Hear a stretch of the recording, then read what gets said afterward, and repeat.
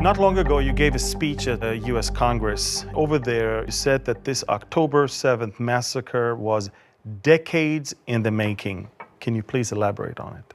Precisely. I looked at two aspects, both the Arab-Palestinian side and the global response, and both of them have been decades in the making. So the Arab-Palestinian issue we kind of already discussed. For decades, Palestinians have been forged, groomed, to believe that their singular goal is to liberate Palestine, to destroy for the Jews rather than to build for themselves. It's almost a tragedy for them, for us. They have never been allowed to pursue any other purpose other than the destruction of the Jewish state, which is why the land of Gaza, once they controlled it, they made sure that it was useful not for themselves, but for the destruction of the Jewish state. That was decades in the making.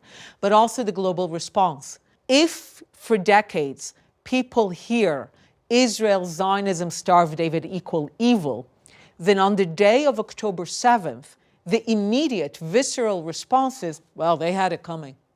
What do they expect? And it's only gotten stronger and stronger ever since. So October 7th is the day when you see everything come together. You know, often over the years when I spoke of return, the book is called The War of Return, and people thought, she's exaggerating. Return is this innocent nostalgia for a home owned by a great-grandparent.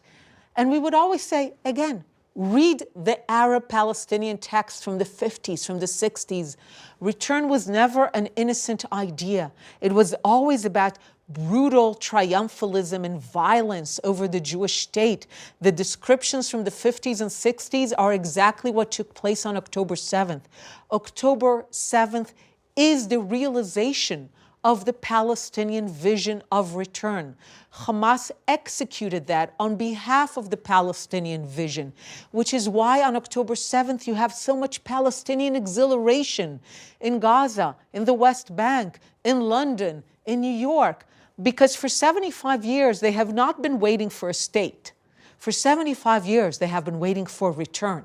And finally they see it. And on the other side, you have so much in the world that has been prepared for Zionism, Israel, Star of David equal evil. So on October 7th, they say they're exhilarated because finally evil is getting what it deserves.